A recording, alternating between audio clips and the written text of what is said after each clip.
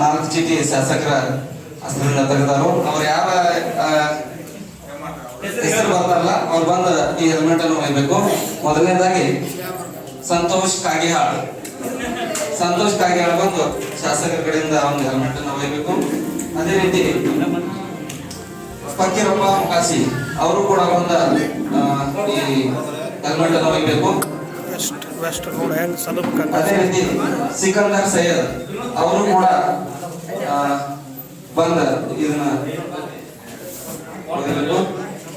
ಭೀಮಪ್ಪ ಕೂರ್ನವರು ಅವರು ಕೂಡ ಬಂದು 4 ಅವ್ರ ಬಾಕ್ಸ್ ಅದ ನೋಡಿ ಸೈಡ್ ಒಬ್ಬರು ಫಸ್ಟ್ ಭೀಮಪ್ಪ ಕೂರ್ನವರು.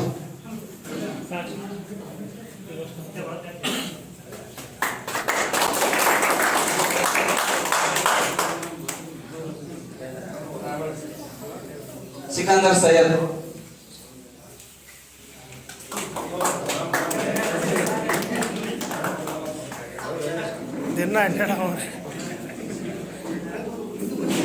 ಫಕೀರಪ್ಪ ಮೊಕಾಸಿ